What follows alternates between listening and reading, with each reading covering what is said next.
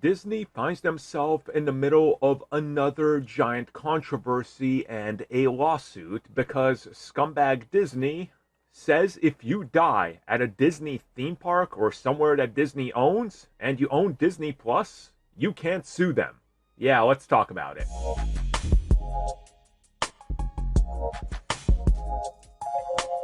Okay, I was going to talk about this earlier. I know some of you reached out and said, hey, could you talk about this? And I said, I will when there's a little bit more info. But unfortunately, there hasn't been any actual updates on this. It's just kind of like what we know. So let's get into it and I'll give you guys my thoughts. And probably by the title and the opening, you guys know how I feel about it. But let me talk about what happened for those that don't know. So a man is suing Disney parks and resorts for the wrongful death of his wife. The man is suing for $50,000.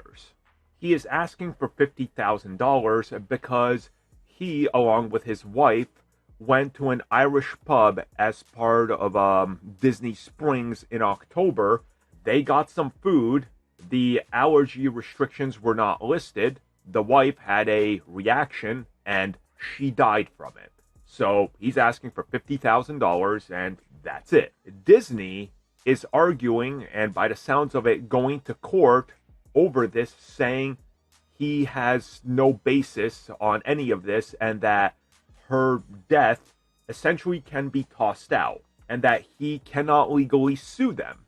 And now you're probably asking why. Well, as it turns out, the man and the wife signed up for a trial of Disney Plus in 2019 when the product launched. And then they never renewed it. But when you sign up for Disney Plus, there is a waiver in there that you sign that if you die on a Disney property or something like that, that nobody that's related to you can sue them, even if it was a wrongful death, aka like her allergy, which apparently was not disclosed that this does have whatever she's allergic to. Okay, so what is there to say outside of Disney should just pay him $50,000? What is that to Disney? Like half a second worth of profits? Maybe? You know, like, what do they stand to gain here? Nothing.